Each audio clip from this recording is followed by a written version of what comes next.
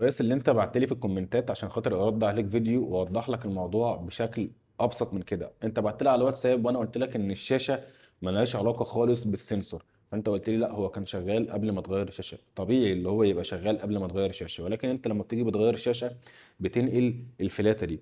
الفلاته دي بتتنقل من الشاشه القديمه للشاشه الجديده، فممكن يكون حصل فيها اي مشكله خلى السنسور بتاعها يبقى مش شغال، خلى السماعة تبقى شغالة ولكن السنسور نفسه بتاع المكالمات يبقى مش شغال.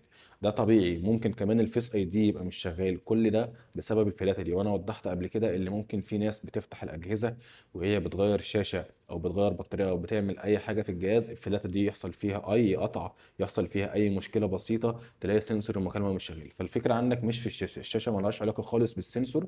انت هتلاقي عندك الفلاتة هي اللي فيها مشكله. فانت عاوز تيجي ابص لك عليها ماشي، عاوز ترجع للمكان اللي انت غيرت عنده الشاشه لو انت لسه مغيرها يبص لك على السنسور برضه ماشي. الفكره في الفلاته، والموضوع ملوش علاقه خالص بالشاشه. حتى لو انت مغير الشاشه كوبي الموضوع ملوش علاقه.